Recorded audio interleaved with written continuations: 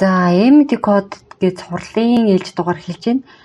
Энэ дугаар дээр дис 7-оос 21 хүртэлхийг ярих юм байгаа. Товч агуулга гэх юм бол Доббуу мэргэн дуваас хохор гэд ах トゥ хоёр байжгаад Доббуу мэргэн дүүн Алангой гэд бүсгүүтэй гэрэлсэн. Тэгээд тэр хоёр дундаасаа 2 хүүтэй. Тэгээд Доббуу мэргэн дайнд ингээд нас барцсан байгаа. Тэгсэн чинь тэрнээс нь хоош ихнэрээс нь дахиад 3 хүү төрсэн байдаг. Тэгээд хин эцэг нь юм бэ гэдг нь жоохон тодорхойгүй. Нуус тавчин дээр болохоор Алангой их тооноор нь гэрэл тусаад ингээд жирэмсэлсэн гэж тайлбарлсан байдаг. Тэгэхээр энэний цаад утга учир нь яг юу юм? Үнэхээр гэрэлнээс жирэмсэлж болд юм уу те? Эсвэл Доббуу мэргэн ингээд нөгөө хээр гэж явж байгаад нэг хүнээс хүүхдийн бугын махаар солиод ингээд аваад гэртээ туслуулахаар нэг зарцлахаар ч гэх юм уу те? Авчирсан хүнийх нь хүүхэд юм болов гэж бас таамагуд байдаг те. Энэ талаар энэ номон дээр юу гэж тайлбарлсан байна. Тэгээ бас нэг номон дээрээс Монгол хаттын онгон түүхийн гялбаа гэдэг ийм хаттуудын ном байгаа. За ерөн миний энэ та бүхэнд ингэж ярьж өгж байгаа номнууд бол дандаа монголчуудын өөрснийх нь бичсэн. Тэгээд онгодууд бууж ирээд өөрснийхөө түүхийг айлцсан номнууд гэж байгаа зохиогч байхгүй. Гэхдээ энд бол итгэх үгүй нь бол та бүхний сонголт. Үнэхээр хин нэгэн зохиогоод бичсэн ч байж болох юм. Тэгэхээр тэр номон дээр Алангой их өөрөө энэ тухай тайлбарлаж ярьсан байгаа. За энэ тайлбарыг хүргэн мөн тэгэхээр дэсүүдийг бол би яг нэг бүрчлэн уншиж өгөхгүй. За энэ номон дээр бол Монголын нуус товчноос арай өөрөөр буюу Монгол бичгээрээ яаж бичигдсэн байсан. Яг тэр хэлэл энэ Монгол товчны түүхийн тайлбар дээр бол бичигдсэн байгаа. Тэрийг би шууд зургаар ингээд оруулаа явчих. Та энэ тайлбартаа давхар тэрийг уншаад явчаарай. За тэгэхээр өмнөх дис 5 6 дээр болохоор дуваа сохор ах нь тэгээ төрөлхийн сохор төрсөн. Тэгтээ зүн бэлгийн мэдрэмж айгүй өндөртэй. Тэгээд Доббуу дүүдээ ингээд мэргэлж өгсөн байгаа. За ямар гэргийтэй болох нь гэд тэгсэн чин хэсэг бүлэг айл холоос нүүж ирж гин. За тэр айлуудын дунд нэг тийм маш гоо үзэсгэлэнд охин байна. Тэгээд ямар нэгэн сүү тавиагүй юм шиг байна. Гэхдээ чи өөрийн биеэр очиж шалгах хэрэгтэй. Үнэхээр тийм сүү тавиагүй охин байх юм бол ахан дүүдээ бэр гуйж өгөө гэд явуулдаг. За тэгэнгүүт дис 7-оос одоо эхэлж байгаа. За тэгээд очисон чинь үнэхээр л тийм үзэсгэлэн гоо алдар нэртэй. За энэ дээр болохоор яг уг хэллэг нь болохоор Алангой биш Ал-энхо гэж нэрлсэн байгаа. Нэрэнд орж байгаа үгнүүдийн тайлбарыг би бас давхар биччихье. Ярихгүйгээр. За дис-8 дээр болохоор энэ Ал-энхо охины уг гарвалыг бол тайлбарлсан байгаа. Аав нь болохоор Ал-энхо охины ээж нь болохоор хөл баргуучин дөхмийн эзэн болох Баркуутай ноёны охин Баркуучинхоо байсан юм байна. Аав нь болохоор 20 төмдийн ноён 20 ил ардай мөргөн байсан юм байна. За 20 төмд гэдэг нь бол одоогийн бурэдүүд гэж ойлгох юм билэ. Алангойгийн аав болох тэг 20 төмдийн ноён 20 ил ардай мөргөн болохоор өөрийн хадам аавтайгаа жоох зөрчилдөөнтэй байгаад тэгээд 20 төмдөөсөө хоригдлор гэдэг шинэ овгийг үүсгээд тэгэнгүүтээ бурхан халдууны ховор нутгалдаг байсан урийнхан шинчи баянд дагаар орсон юм байна. Хэсэг бүлэг бурайд хүмүүс нүүж ирээд ер нь Монголын бурайд болж байгаа гэсэн үг юм байна. Тэгсэн чинь бурхан халдууны өврөөр буюу урдуур нь байрладаг байсан чонсын отхийн үр сад болох Доббуу дуу ах トゥ хоёр байгаа шүү дээ. Тэрний Доббуу дүүн нүүж ирсэн тэр бурайд хорилор овгийн охин болох Аланхойтой ингээд суусан ийм учиртай болж таарсан. За тэгээд энэ дээр болохоор Хабул хаан дээдсийн айлдвар байгаа. Бурхан халдун уул яагаад бурхан халдун нэртэй болсон бэ талаар яг энэ урийнхан шинчи гэсэн энэ баянтай холбоотой бизнесийн ёс зүйн байдлаар баяцсан. За тийм хүмүүсийн нэрэнд баян гэдэг үг орж байгаа. Тэгэхээр шинчи баян бол нэлээд олиггүй хүн гэсэн үг болж таарж байгаа. Тэгээд энэ шинчи баянтай холбоотойгоор ууг нь бол бурхан халдун уулчин бүр хан гэдэг уул байсан юм билээ. Бүр хан. Тэгсэн чинь ийм явдал болсон байгаа. За энэ талаар та бүхэнд сонирхолтой үднэс яриад өгье. Товчлох юм бол энэ шинчи баян болохоор ингээд урийнхан тэр хэсгийнхаа ард түмнийг ингэж мүлжиж те орхимж нөмргөнд дүрээ нуусан олиггүй нэгэн ноён байсан гэж байгаа. Бөө өрс босох аваас буруутан гэж цусаар нь наадаж бүхний үнэн химээж бусдын шашинг шарилт шиг затсан гэж байна. Тэгэхээр одоо хүмүүсийг шашнаар дамжуулж мухруулад өөрөө тийм нүмергний ард нуугдаад одоо хөрөнгө босгох те хүмүүсийг шашин шүтэх тэр одоо сэтгэл зүйд дээр нь тоглолт хийж мөнгө босгох тийм зорилготой ноён байсан юм байна. Тэгэл зарим хүмүүст нь авилга өгөөл, зарим хүмүүсийн алахыг алаал те энэ дээр ингэсэн байгаа. Манлайтан хүзүүгөө болгож, малгайтан мулсан болгож, газар дээрх ганц хаан шиг гай хамаг ихээр догширч гинэ гэж байна. Хүчтэн хөрөнгөөр татаж, үхтэнг мислэн алж гэж байна. Тэгэхээр одоо үг дагуулж байгаа хүмүүсийг л одоогийнхоор бол одоо хорж цагдаал те хэвлэлийн одоо эрх чөлөөг боохч гэх юм уу. Гэх мэтчлэн ийм бурангуй зүйлээр тэгээ шашин шүтлгээр нь дамжуулж ингэж хөрөнгө босгох маягтай. За одоогийнхоор бол те ийм ноён байсан байгаа Шинчи Баян гэдэг нь. За тэгэнгүүтээ яасан гэхээр Бүр хаан гэдэг уул байсан гэж байгаа шүү. Тэгэхээр Бүр хаан уулан дээр нөгөөдөг ч бүр давраад бурхан босгосон гэж байгаа байхгүй. За энэ дээр гэсэн байна. Цусаар ундалсан бурхан босгож гин цуу алдартайгаар найрлаж гин хор үгүй өдөр тэнгэр нэргэж гин хурсан олныг дайжуулж гин. Тэгэхээр ямар ч хургуу бараг бороо орох боломжгүй тийм тэнгэрээс аянга буусан болж таарж байгаа. Тэгээд тэр аянга нь яасан гэхээр босгосон бурханг нэргэж гин бондор толгой нь өнхөрч гин нөгөө бурханы толгой өнхөрсөн байгаа. Бондус гээд үсрэхтэй баян шинчийг хөнөөчгөж гинэ гэж нөгөө босгосон бурханы толгой нь аянгад нэргүүлээд салж өнгөрөхдөө Шинчи Баянг дараад алдсан болж таарж байгаа. Энхэн тэмдэгт баяссан эгэл хуягтан бөөх эцтэн илгээрээ нэгдэж газрыг цэвэрлэж уухаалан дуулж гин хуучлан жаяглаж гин эдэнд бүү шүттөхвэ гэж игнэгт дээдэд засаг гаргаж гин Шинчи Баяныг домоглон хуучилж эдэндээ өөрөө дарагдаж өгтгийг сануулж гинэ. Тэр цагаас Бүр хаан уулыг бөөгийн тэмдэгт бурханд халтсан уул буюу бурхан халдун гэж дахин биширч даалт заяагаа даатгаж дуулж баярлаж бөөлдөг болжээ гэж байна. За энэ болохоор Бүрт чонын домог гэсэн дугаар байгаа штэ. MNT кодын 4 билүү 5 дахь дугаар билүү. Тэн дээр яг ингээд дурдаад өнгөрсөн байгаа те. Бурхан халдун яагаад бурхан халдун болсон бэ гэдгийг товч ярьжсэн. За энэ бол ингээд юм дэлгэрэнгүй. Урынхан Шинчи гэдэг баянтай бол холбоотой болж таарсан. За тэгээд цаашаа үргэлжлүүлээд Дис 10. Дис 10 дээр болохоор аланхоо их нь болохоор бөөгүй нэндэ, бэлгүй нэндэ гэдэг нэртэй хоёр хүү төрүүлсэн гэдэг тухай гарч байгаа. За 11-д нь болохоор Дуваа сохор ах нь болохоор ингээд 4 хүүтэй.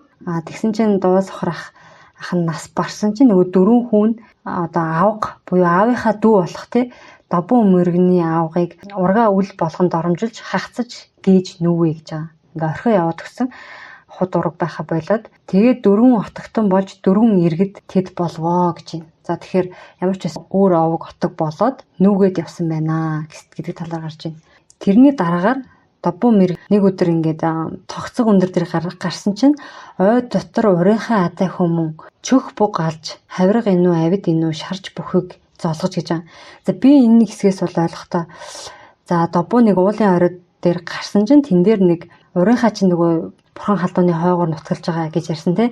Тэгэхээр ямар ч гэсэн тэр урынхаа хүн буг намнаад тэгээ тэрнийхээ махыг ингээд шарж идж байгаа таарж ийна гэж би бол ойлгож байгаа юм. Тэгсэн чинь энэний цаана хідэн ийм даалд утга нуугдж байгааг энд тайлбарлсан байгаа. За чөх буг гэдэг нь болохоор сүргийн толгой бус байж янзахтай байх эцэг бугыг хилдэг гэж байна. За хүн дээр чөх буг гэдгийг ашиглана гэвэл бутаж хүүхдийн эцгийг ёгтолж хилдэгэ гэж байгаа.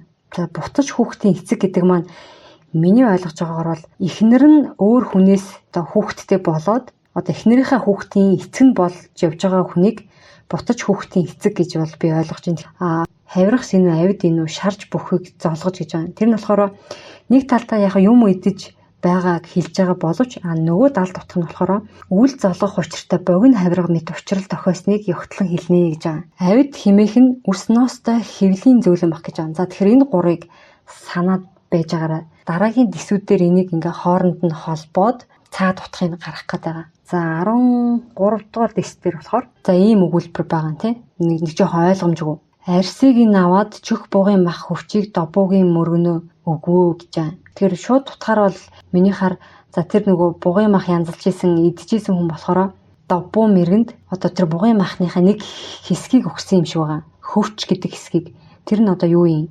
Мэдгүй байна. Тэгсэн чинь энэ дээр одоо даалт утгах нэг ийм хоёр тайлбар байна. нөхөр шорлогд гэдэг утга нь нэг утга нь болохоор бүү хөдөл, нөгөө утгаараа бол гарцаагүй үнэнд баригдлаа, яалд унлаа гэсэн утгатай гэж байна.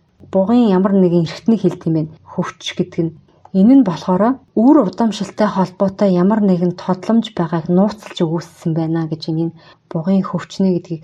За тэгээ цааш нь дэс 14 дээр гингүүт доббуу мөргөн тэр чөх бугыг ачиж айсрын зур нэгэн ядан хүмүүн хөвгүүгээ хөтөлж явахыг зоолгож гэж байгаа. Тэгэхээр нэг тэр одоо өгсөн махын ингээ ачаа явж идэл нэг ядан хүмүүн хөвгүүнээ хөтлөө явж байхдаа таарсан байгаа байхгүй юу? Би бол тэгж ойлгоод байгаа. За тэгээд яасан байх нь? Цаашаа 15 дээр чи юу хүн бэ гэд ингээд асуусан чинь нөгөө ядан хүн болохоор би маалыг бакудаа ядаж явнаа. Тэгээд гөрөөснийхаа махнаас өгчих юм бол би энэ давуулж яваа хүүгээ чамд өгөө гэж ойлгож байгаа. Тэгсэн чинь цаашаа 16-д болохоор доббуу мэргэн нөгөө бугныхаа махнаас гуйыг нь дастаж өгөөд тэгээ хөвгүүнийг нь аваад гэр дотроо зарж ахуу бүлгөө гэж одоо гэр дотроо зарцлах маягийн ийм хүн болгосон гэсэн байна. Монголчууд ер нь ингээд мах уухта тэгж аяг өндөртэй байсан юм байна. За хаа гуйыг болохоор хүндэтгэлтэй хүмүүндээ өгдөг, хавирга авдыг үр хөвгтдээ өгдөг, хүзүүг худ ураг төрөлд өгнө, хойд гуйыг ачгуучтаа нурууг гэргийтэйгээ хувааж зооглох хажгуу гэж. Тэгэхээр энд гуйны махыг нь өгчнөө гэдэг нь бол их хүндэтгсэн байна. Тэгээд өр хойчийг тань ачил юу өөрийн үр шиг өсгөх гэсэн утгаар гуйны махыг өгөөд тэр хүүхдийг бол өөр дээр авсан гэсэн. За тэгсэн чинь дэс 17 дээр болохоор тэгээ бэжитэлтэй доббуу мэргэн нас орсон байгаа. Доббуу мэргийн нас барсан тий ойр хавьд нь эрэгтэй хүн байхгүй ч гэсэн алуухан ихээс 3 хүү төрсөн гэж байгаа тий. Бухуу хатги, бухатуу салчи, боданчаар муухаг ийм 3 хүү төрсөн гэж байгаа. За 18-нд нь болохоор урд доббуу мөргөнөөс төрсөн бэлгүүнүүдээ бүгнүүдээ 2 хөвгүн ингэж хоорондоо ярилцсан байгаа байхгүй. Энэ одоо ээж ойр хавьд нь эрэгтэй хүн байхгүй хахад яагаад энэ 3 удаа хэний хүүхэд төрчв? Аав нас орсон байж идэг. Яалтчгүй энэ маалыг бакудаа буюу нөгөө өнжин хүүхдийг аав нь авчирсан шүү дээ тий. Энэ хүүхдээс энэ төрчлөө өөр эрэгтэй хүн байхгүй юм чинь гэж хоорондоо бол ярилцсан байгаа юм. Ингээс жоохон сэжиглэнгүү. Тэгээд тэгсэн чинь дэс 19 дээр ингээ хоорондоо ингээ муудалцаад ахарна. Одоо нөгөө нэг 5 сумыг өгдөг тийм домог байгаа тий. Агуулга нь болохоор тустай байх юм бол ингээ амархан дийлднэ. Хамтаараа тавлаа байх юм бол та нар хүчрхэх шүү гэдэг одоо ерөнхий утгыг агуулсан гэж бид нар бол ярьдаг. За 20 дээр болохоор алуухан хувьцаа миний 2 хөвгүнээ. Энэ 3 дүүгээ одоо хинээс юунаас төрчөг гэж сэжгэлж байгаа чинь бас нэг сэрдэж байгаа чинь бас зөв юм аа. Яг хэдий ах トゥ ч гэсэн бас хинамгаа байх нь зөв үү гэсэн юм ухааныг харуулах гэж энэ хэсэг бол байгаа гэж тайлбарсан байна. За тэгээ 21 дээр болохоор шүн бүр цэгэн шар хүмүүн гэрийн өрх тотхын гэгээгээр орж гэж нөгөө алуунхаа их яаж энэ хүүхдүүд одоо төрсөн бэ, би болсон бэ гэдгийг 2 хүдэж гэхгүй тавлангийн зэрэгцэл сууж байгаа л одоо тайлбарсан болж таарж ин тэ. Хэвл минь билэж гэгээ энүү хэвлэлд минь шингэх бүлгөө гарруу наран сарны хилээр шар нохой мэд шаралзаж гарах бүлгөө дэлмээ яахан өгүүлэх та түүгээр ухаас тэмдэг энүү тэнгэрийн хөвгүүд буюу зэ хар тэргүүт хүмүүнд ханилган яахан өгүүлэх та хамгийн хаад болбоос харцас тэнд ухцээ химээ гэж байна. За энэ дээр энэний тайлбар нь болохоор одоо тийм одоо нөгөө гэрэл тусаал яг ингээл жирэмсэн болсон юу гэж тэр харц боолтой би одоо нийлж хүүхэд гарах үдээ. Эн чинь бол тэнгэрээс заяасан тэнгэрийн хөвгүүд бузээ гэсэн одоо байдлаар тайлбарлсан байгаа. За тэгээд одоо эн чинь яг алынхаа охийг одоо улаач бигдээ залаад өөрөөс нь энэ тухай асуусан хэсгийг энэ Монгол хаттын онгон түүхийн гялбаа гэдэг номноос та бүхэндээ уншиж сонирхуулъя. За энэ дээр болохоор юм байгаа. Жижигхэн тайлбар явуулъя. Аланхаа энэ болохоор өөрөө удган байсан. Доббуу мөрөг нөхөр нь бас зайран байсан. Хоёулаа бол ийм зүн бэлгийн өндөр мэдрэмж чадвартай хүмүүс байсан гэсэн үг. Тэгээд нас барцсан хойно нь яасан бэ? Аланхаа эхийн онгод дээдсүүд одоо юу гэж хэлсэн бэ гэхээр доббуу мэргэн нөхрийнх нь авчирсан тэр зарцуулаад байгаа тэр нэг маалыг байкуда гэдэг нэртэй хүүхэд байгаа даа штэ. Яг ясам дээр нөхрийнх нь одоо нууц хүүхэд болж таарсан. Аланхаа их чинь болохоор нөхрөөсөө нилийн дүү, насны зөрөө ихтэй. Тэгээд тэр дагуулж ирсэн хүн нь болохоор өөрөөс нь хитгэн насаар дүү байсан гэж байгаа. Тэр одоо нөхрийнх нь том хүүхэд гэх юм уу да тий. Тэр хүүхэд нь бол нилийн том хүүхэд ирсэн байгаа байхгүй юу. Өөрөө ч одоо нөхрөөсөө нас нилийн зөрүүтэй байсан учраас цөөн насны зөрүүтэй ийм хүүхэд дагуулж ирээд тэгээд ингээд зарцгээд ингээд танилцуулаад ингээд гэртэн туслаад байж исэн. Тэр нь яг ясвэн дээр нөхрийн чинь одоо дагвар нууц хүүхэд байсан юм а гэдгийг нь болохоор аланхаа ихэд өвгд эцүүд нь хэлсэн байгаа. Одоо энэ чинь аланхаа ихийн яриа ингээд уншаад өгчээ. Тэр муу ядрыг чинь нууц хүүхэдтэй байна гэж яаж мэдэх билээ? Би 2 хүүхэдтэйгээ уйлж хайлаад үлдсэн биз дээ. Өвөг эцэг онгон шүтэнд нь нэдэ будаага бариад өөрөө би угтаа удган хүмүүн байсан учраас залбирал бүлэгөө хийж байтал нэгэнтээ онгод нь орж ирээд добуу мөрөн чамааг ханилж асрах гээд нь бядуу хүмүүнийг үлдээжээ гэд хинбэ гэсэн чинь босхны боолыг минь хэлдэг юм байна. Үүнийг нь би шулуухандаа ойлгоод намайг дэмнэж ойр зурхандаа гүөх эр хүмүүний тоог нэгээр нэмж гэж сэтгэл хүүхэд нь байж нэг хэсэгтээ шаналж нөгөө хэсэгтээ зүдрэн биз дээ. Танд энэ учрыг добуу мөргөн өөрөө хэлсэн юм уу? Таны буурлууд хэлсэн юм уу гэсэн чинь миний буурлууд эхлээд хэлсэн гэж ингээд насаар надаас хол зөрөөгүй байвч би өнөөхөө нөхрийнхөө хүүхэд гээд ээж шиг нь өсгөн биз дээ. Надаас хідэнтэй дүү балчир байсан учраас өнөө хойд ээж шиг нь өргөсөн ээжи шиг нь өсгөөд л торноод л явж байтал өнөө хүүхэд чинь өсөж том болоод сэтгэл алдардаг юм. Би таныг ээжигээ гэж харахгүй. Им хүмүүн гоо хатан гэж хараад байна хэмээн чаргууцалдаад за болиосоо энэ хүүхэд чинь цус нүжөөрөө холилдлоо гэд санаа зовно биз дээ. Гэвч олон жил гагцаар явсан тул бас тэгж хэлэх сайхан санагднэз. Үзэсгэлэнтэй сайхан гэдэл мах шүүс төхүүлээд л уламжийг нандин сайхан харьцаад л энэ хөвгүүд бол тоохгүй. Тоглоод л алга болно. Гэтэл нэг эр хүмүүн хормоодод байхаар яана вэ? За тэгээд эр нөхрийнхөө өмнө ёс алдаад яах вэ гэдэл бас нэг сэтгэл хоёрдчихсан явж байтал өнөө муу ёдрын чинь хүүр онгод болчихсон гэд ороод ирдэг юм байна. Нөгөө ёдр гэж нөхрөө хэлж нөхөр нь нас ороод хэсэг хугацааны дараа хэдэн жилийн дараа ч юм битээ те онгод болсон байгаа. Онгод гэдэг маань түрүүн ярьсан те сүнсний хэмжээст нь 11-с дээш байх юм бол түрүүн онгод гэд нэрлэлцдэг. Яг хэмжээс дахиад онгод болохын тулд бас нэлээд хугацаа зардаг нэлээд юм болд юм шиг байгаа юм. За тийм ч онгод болоод нөгөө уулзгаад хүрээд иржээ их нэртэйгээ. Нөгөө добуу мэргэн чинь. За тэгэл уурлан нэцтэй. Чи хаагуур явж байгаад үнэнч гээд байсан чинь хаана вэ? Энэний ээж нь хаана байгаа? Баг хат нь хаана вэ гэдэл. Тэгэхэд боломгүй хүмүүнээс хүүхэд тээсэн учраас л нөхөртөө хүүхэн татсан учраас энэ хүүхдээ авч явсан гэд үннээ хэлээд уйлж хайлаад бөөн чигэл юм болвоо. Чи минь явдаа гэдэл нэгэнтээ ийм өчөг болоод нэгэнтээ чи тэнгэр тальчихснаас хойш яах вэ гэдэл ингээд л чамаагаа би энэ нэг хүмүүнтэйгээ ханилж суухыг зөвшөөрнөө. Чи өөрөө сэтгэлээ бүлээцүүлэн хэрхээ өөрөө мэдгэлээ. Би юу гэж баг хүмүүнтэй би нийлүүлэх вэ? Үгүй дээ гэв. Тэгээд л хайчихсан. Ингээд л өдрийн бор хоног өсгөх хүүхдүүдийнхаа зовлон гэдэл ийм хүмүүнд нь олонтой үйл байна шүү дээ. Өглөө сэрлээ хитэн үнээгээ саалаа, орой унтлаа, унтахын өмнө бас л үнээ саана. Үнээ сайхаас үнээ сайхын хооронд л амьдрал үргэлж нэстэй. Гэтэл зүүдэн дундуур өнөө шар ягаан гэрлэн гараад л ихээ сайхан тэргэл сарантай суунаглах хөг аргалын дэргэд баатар тайжуудын дунд ханилж суусан ханим нь ирвэ. За ямар ч байсан нөхөр нь бол хэлсэн байна те. Нөхөртөө хүүхэнтэй таарсан учраас одоо ханилж суух боломжгүй. Тэгээд гарсан хүүхдээ өөрөө авч өсгөх юм шаардлагатай болсон гэж одоо тайлбар тавьсан гэж энэ алуухай их ярьсан байна.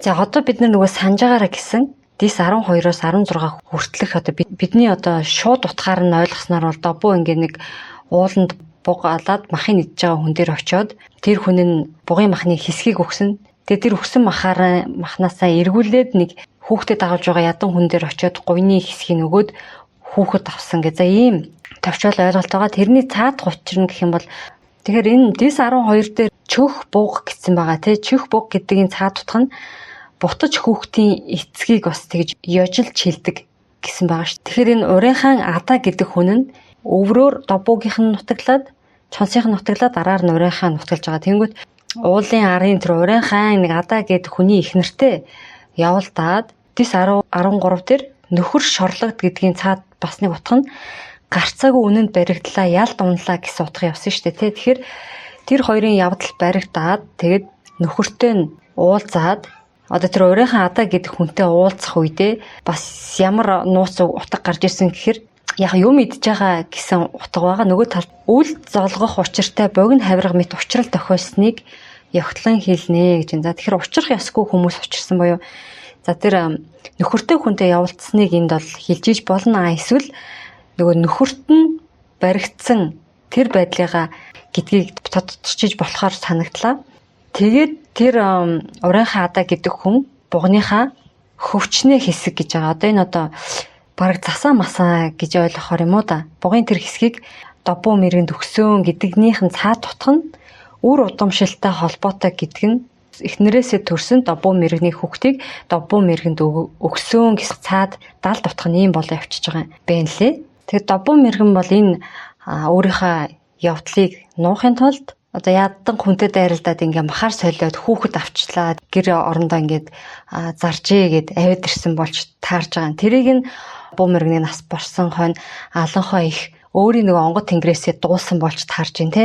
Яг үнэн учрыг тэр ирсэн зарц гээд байгаа хүүхэд нь үнэн хэрэг дээрээ өөрийнх нь нөхрийнх нь нууц хүүхэд гэх юм уу те болж таарад. Тэгээ өөрөөс нь хитгэн дүү гэж байгаа. Алуухаа ихээс ийм бараг л үе тэнгийн ийм хүн байсан болж таарч ин те. Тэгээд тэр залуу тэр хүүхэд те хэдэн жил ингээд хамт байгаад аланхаа ихэд одоо хитгэн наснаа ихч болохоор бас сэтгэл алдарсан байна л да. Тэгээд ингээд сэтгэлээ илчилсэн боловч аланхаа их одоо нөхрийнх нь хүүхэд болохоор энэ арайчтэй бас те гээд санаа зовсон байдалтай байсан боловч яг ганц биеэр удаан байсан учраас бас нэг те сэтгэл хоёрдоод ингээ байж итэл яасан байх нь нэгэн өдөр зүүдэн дундуур нь шар ягаан гэрэл гараад ихээ сайхан тэргэл сарантай суунаглах хөөх аргалын дэргэдэл баатар тайжуудын дунд ханилж суусан ханьман нэрвэ гэж байна.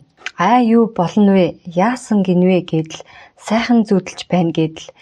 Инхрэж хайрлцгаад явлаа гэд өглөө сэртэл алга болчихсон байна. Гэтэл хевлэдээ хүүхэд тэйчгчээ гэж байна. Хизээдээ тэр хүүхэд ороод ирснийг мэдсэнгүй. Үгүй би чи нэр хүмүүнд тэрж унтаагүй үсттэй гэдэл гайхсан. Өнөө ханилж суу гэд байсан хүүхэд нь хар бор гэртээ хойд гэртээ унтчил байна. Эр хүмүүн хараад л хайсар олсонгүй.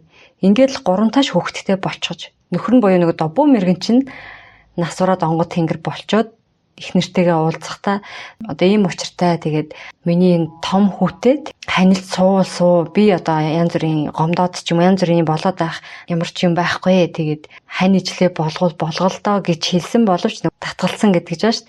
Тэгээд ингээ ойр хавьд нь тэр хүнээс өөр хүн байхгүй тэгээд ингээд юу илээ гэдэг гайхахаар нөхрийнх нь хүүхэд ингээ хойд гэртээ унтчил байдаг өөр хүн амтан байхгүй тэгээд ингээд мэдхгүй ямар ч байсан ингээд зүүдлээл ингэх болгонд ингээд жирэмслэлээр хагаад 3 хүү төрүүлсэн гэж байна.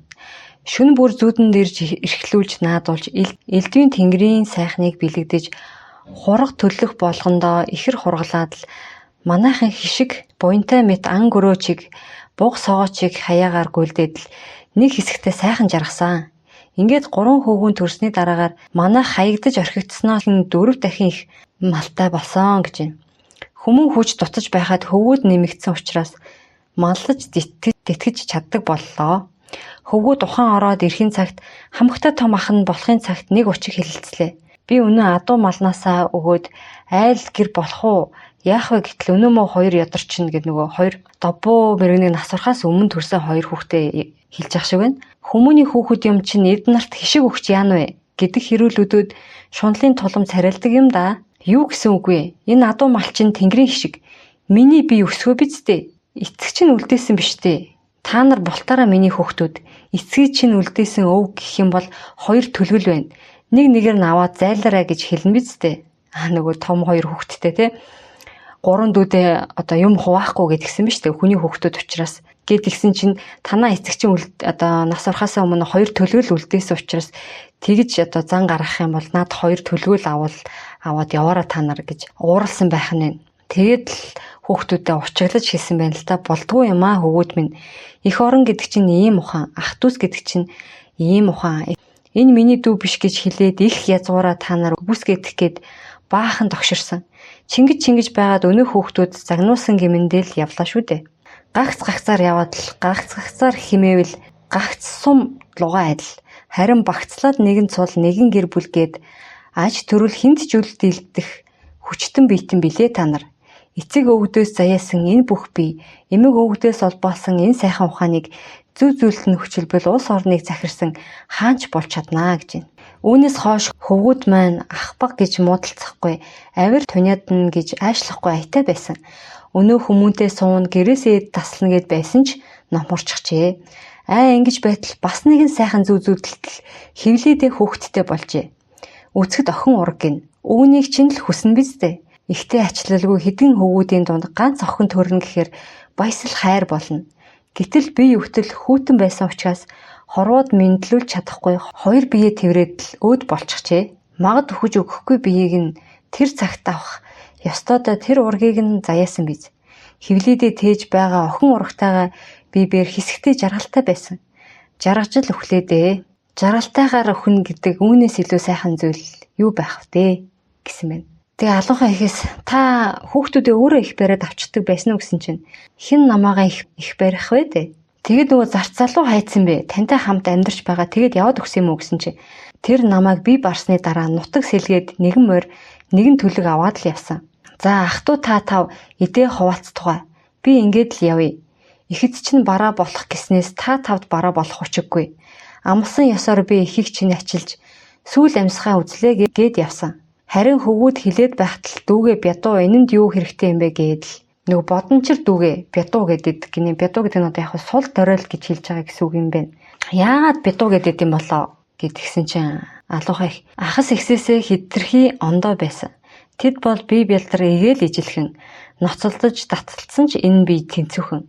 Тийм ч учраас тэд нь бие биеэ энэ тэнцвүүгээд хүлээн зөвшөөрчээ. Гэвч бодож санахаараа үргэлжил энэ чиг буруу, тэр чиг буруу, ийм чиг байна, тийм чиг байна гэд өглөж байдаг ийм хүмүүсийг бодончрыг бядуу гэхгүй яанам. Барилдвал ах нартай унана, харвалдвал ахасаа дор харвна.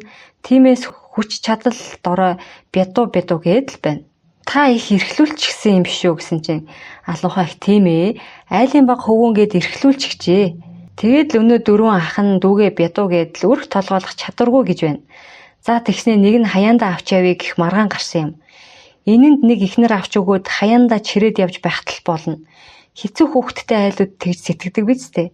Тэрэн луга бодсноос энэ бядуу гэд хийх хөсөр хайсан учиг бол биш ээ гэж байна. За ерөн бол хүмүүс бодохтой ингээд нөгөө дүүгээ ад үзээд хамгийн баг дүүгээ тэгээд баг хөөгөө явуулсан юм шиг буруу ойлголттой явдаг зарим хүмүүс. Тэгсэн чинь бол ингээд шууд хөсөр хайсан юм биш. Хичнээн бядуу гэд ингээд шоолж байгаа те. Боловч хин нь одоо дүүгээ хаяандаа ингээд аваад явах вэ? Ямар ч эсэнийг авч явахгүй бол өөрийгөө тижээх олигтой чадваргүй гэж одоо ах нар нь үтсэн байх нь шүү дээ. Тэгээд хэн авах вэ? Чи авах уу? Би авах уу гэдэл муудалцахад бодончир тэгсэн байна. Яан вэ? Би яхаараа толгоогоо өөрөө мэдчих чадгүй. Та дөрөв хуцтугай гэд дураараа яваад өгсөн гинэ. Түүнээс хайж гээсэн учиг биш ээ. Яхаараа намайг бядуу гэд өөрийгөө авч явах амьгүй гэд байна вэ та нар?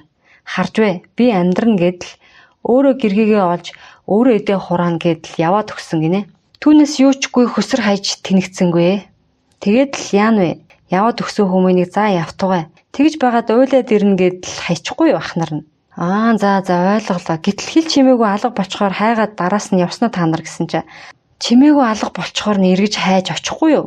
Энэ уйлж ирсэнгүй нэг газар хүч хэвтэж очиж цогцсыг нь хайх болж гээд ирнэ гэж сэтгэж байсан нь айдас болж үлдэнэ үсттэй. Тэгээд л дөрөв ах нь дөрөн зүг рүү яваад л хайж байгаад нэг ах нь олжээ. Энэ муу мунхагч нь 90 баг царайлчхаад улс эзлэн гинүү гэд тийм л учиг болсон гэж байна. Тэгсэн чинь нөгөө удган тэгсэн байна. Аянгат удган та ч үлгэрийн оронд амьдарсан юм шиг сонирхолтой амьдарчээ гэд тэгсэн чинь алуухаа их тэглгүй дээ. Эн чинь л улаачийн амьдрал шүү дээ. Чи ч гэсэн үлгэрийн оронд адал явдал донд амьдарч байгаа үстэй гинэ. За тэгэхээр Монгол хатын онгон төвийн гялбаа гэдэг номон дээрээс Галанхой эхийн онгод өөрөө ингэж ярьсан хэсэг энэ номон дээр байгаа бол Монгол төвчийн түүхийн тайлал номон дээрээс Бүрчоныг өргөж авсан эцэг болох Ихбэх дээд зэнийг тайлбарласан байгаа хэсгийг бол ярив. Тэгэхээр тэр хүн бол бас онгод болсон хүн байгаа. Өөр хоочтой ямар хүүхэд мэдлүүлэх үү, хэнийг хинтээ суулгах уу гэдгийг тэр дээгүүр ингээд зохицуулах хийдэг болж таарж байгаа Ихбэх дээдсийн яриагаар. Ихбэх дээдс нь бүр амьд ахуй насандаа хүртэл ингээд гений инженерчлэл гэх юм уу те. Тэрийг тэрнтэй суулгуул бүр яг ингээд илүү сайн ген болно гэдэг талаар маш сайн ажилласан, маш юм идэвхтэй баг хобби шахуу байсан. Тэгээд нас барсныхаа хойно ч гэсэн онгод тэнгэр болгонгуудаа бас тэр ажлаа дээр өргөжлүүлсэн гэж байгаа. 8 дахь туршилт буюу энэ бол нөгөө онгод тэнгэр болцсон хойно туршилт хийгээд байгаа шүү. Тэгээд бүр 8 дахь туршилтан дээр нь Чингис хаан хүртэл ингээ хамтарч исэн тухайгаа ярьсан байна. Ихбэх дээдс онгод. За тэгээд Ихбэх дээдс тэр Маалаг Балькутагийн яг жинхэнэ ээжийнх нь нэр юу юм бэ гэж асуусан чинь шууд бас хэлчихгүй байна. Ингэ чинь гөрөөс гэдэг бэлэгдэл байгаа. Гөрөөс гэдэг чинь буг бистэй. Буг ухсаанаас гарсан нэгэн хурдан үрийг Маалаг Балькутай гэдэг. Ихэнх ханилд суугаад дэр нэгтгэж үр бэлгэлсэн байна. Өхөж байгаа гөрөөсөөр энэ хүмүүний урт наслаагүй илэрхийлж байгаа юм. Бугыг хувааж идээд отсон гэж байна. Хамт амьдарч байгаад явсан гэсэн үг үү гэсэн чинь өөдөлсөн. Тэгээд нэг үртэй болж үлдсэн байна да. Одоо хуу гэж байна. Тэр хүүхдийн их нь урт наслаагүй нас барцсан л хүн гэж энэ хэсгээс бол ойлголоо. Тэгээд яагаад энэ хүүхдээ ингэж нууцлаад байсан юм бэ гэсэн чинь харин л дээ яагаад нуусан юм бол хаан узууртай байсан байж игэл хүмүүнтэй заяа нийлсэн учраас игэл хүмүүнийг хатанд өргөмжилж болохгүй учраас нуусан гэж байна. Доббуу мэрэгэн чинь хан байсан юм уу гэсэн чинь хан байлгүй яадаг юм. Нэр төрг гэж байна да. Тэгээд өхөөд тэнгэрт очихороо нуусан нэлрээд одоо шийтгүүлж байна шүү дээ. Алтан ураг дотор ингэж төрсөн олон үр байна шүү. Үгүй бол аминд цөвтэй байсан уюуд би. Иймээс нууц гэж байдаг юм шүү дээ. Алтан урагт чинь яагаад дандаа сондгой тойтой үрс төрдөг гэж бодно. Тэгш байвал нэгийг нь нуудаг юм чинь гинэ. Дандаа 5, 7, 9 гээд сондгой байдгийн учиг нь юу юм? 4-ийг 6-аг төрүүлбэл яасан юм? Нууж байж алтан ургийнхныг хожим ухсаа залгамжлалтай үлдээдэг юм шүү дээ. Харц мэтээр амьдруулдаг. Одоо зовлонг нь ух уу гэж байна. Гэхдээ тэр нуусан нэг хүүхэд азгүй байна шүү дээ. Тийм байгаа зү. Нөгөө 5 хүүхэд нь ээж автагаа сайхан байхад нөгөөх нь тусдаа ганцаараа гэхэд их бэгтээд нэг бодлын азгүйш нөгөө бодлоор жаргалтай. Эд нараасаа л алтан ургийнхны төлөө зүтгэн гэж ам бие золиосолж ар гэрээ хохироож амьдарч байхад нөгөө нуусан хүүхэд нь би харц миний толгой хөнгөнгээд явж байх жишээтэй. Тэгээд тэрийг чинь юу гэж муу айл өгөх вэ дээ. Хамгийн түшигтэй хамгийн ихтгэлтэй айлтал өгнө үстэй. Тэгэхээр хайр инэрлэр юу гэж тутах вэ? Харин ч ацтай хүмүүс. Энэ хүүхдүүд чинь бас 5 болчлаа. Тэгэхээр Маалаг гих нууц хүүхэд ороод 6 болж байгаа юм байна. Нэрээ үнэн ч юм уу? За тэгээд их бэгт дээд зингсэн байгаа. Аланхой бол удган хүн байсан. Түүн дээр доббуу мөргөн онгод буусан юм аа гэж байна. Эн чин цэгийн шар гэсэн сүнсний өнгөөр нь доббуу хэлж байна. Тэр гэрийн өрх татхоор орж ирэхгүй хаагуур ирэх вэ? Доббуу онгод өөрийн нууцыг тайлан хэлэхэд аланхой мэдэж байсан гэдэг. Шар нохой мэд шарвалзан гарах гэдэг нь нэгтээ тэнгэрийн тэмдэг ёх тутгаараа гэр зур ойр зур дотн намин гис утгатай. Заавал зөвхөн шар өнгөөр тодлох учиг юу хэмээвэл яс ухсаа цус учир битүү нохой болохыг тодлоно. Өөрөөр хэлбэл нохойн зүс цус ойртох холдох аваас төрөл нь мэдэгдэхгүй шарладаг. Эндээс хар үсвээс хин нэгэн яс ухсаа зүсгүй үл мэдэгдэх хий биетнээс жирэмслээд байна. Магад энэ дотор болоод гадна мөн чанар зөрчилдсэнийг тодлоно. Биеийн ондоо сүнсэн ондоо байх хүмүүнийг гэрчлэнэ гэж байна. Тэгэхээр чин за энэ хэсгээс ч одоо юу гэж ойлгох юм? Ямар ч хэлсэн за гэрлээс бол арай жирэмслээгүй би хүнээс бол жирэмсэлсэн байх нь нэ. Гэхдээ тэр жирэмслүүлсэн хүнийх нь сүнс нь өөр. Доббуу мэрэгний онгод буюу сүнс нь одоо өөрийнхөө нөгөө төрсөн том хүүгийнхаа бид ороод эхнэрээ жирэмслүүлсэн гисэн утга байгаа юм шиг харагдаа явчих юм. Аянгад бодлон тэгээд бүр гайхсан хэсэг нь тэгэхээр доббуу мөргөн онготын хүүхдүү Балькутай зарц хэмэх махан биетний хүүхэд гэсэн үг юм уу? Ингээд та нар чинь ер нь юу хийгээд байна? Ойлгохоо боллоо гэхэд их бэгт буурал чин гисийг төрүүлэх гээд байна наа чинь. Махан бие дээр төрдөггүй юм бол сүнсэн биенээс төрхнүү гэд харсан юмаа хэмээн бид хоёул баахан инээлээ гэж байна. Чингис гэдэг бол нөгөө ген төрөлхийн 4 чадамжтай өөрөө бас дээрэс нь олж авдаг 3 чадамж гэдэг 7 чадамжтай байж Чингис гэдэг юм цол авдаг гэж байгаа тий. Тэгэхээр тийм чадамжтай хүүхдийг төрүүлэхгээл ингээл туршилт хийгээл байгаад байгаа байхгүй нэг онгодууд ч. Тэгээд онгод ингээд хүний махан биед давхар ороод хүүхдтэй болгоход генэнд нь ямар өөрчлөлт орох уу? Чингис цолтон байхаар тэр хэмжээний чадамжтай хүүхэд төрхнө үү гэдэг аланхой их болоод тэр нэг доббуу мэрэгний том хүү хоёр дээр ингээд доббуу мэрэгэнтэй хавсраад ингээд гурвуулангийн оролцуулаад юм туршилт хийсэн гэсэн үг болж тараад байгаа. Тэгээд таны л туршилт үргэлжлээд яваад байсан байх нэ. Тэгээд Чингис төрсөн юм уу? Юу болов? Өмнө нь та алдаа гарцсан гэд эрчимтэй л хүүхэд төрлөө гэж ийсэн. Одоо энэ дэр яг яасан бэ гэсэн чинь бас алдаа гарсан гэж байна. Сүнс бол сүнсэл юм байна. Ухаанаас Чингис төрхөөс биеэс төрж болохгүйг ухаарсан гэж байна. Гэхдээ олцтой шүү. Сүнсний чадамж маш өндөртэй өрс төрсөн шүү хэмээн баясав. хөх толбыг хөх нуруу болгож чадсан шүү дээ. Ингэж хөх нуруунууд төрсөн шүү гэж байна. Хөх толбыг томруулаад тэр чигээрээ нуруу нь хөх юм хүүхдүүд төрүүлж чадсан болж таарж байна те. Сүнсний чадамж өндөртэй. Байкуудын 3 хүүгээр дамжин манай удамшлын ясан оосуу ухаан орж ирсэн гэж байна. Манай удамшлын гэдэг маань одоо нэг алтан ургал гэсэн үг шүү дээ тий.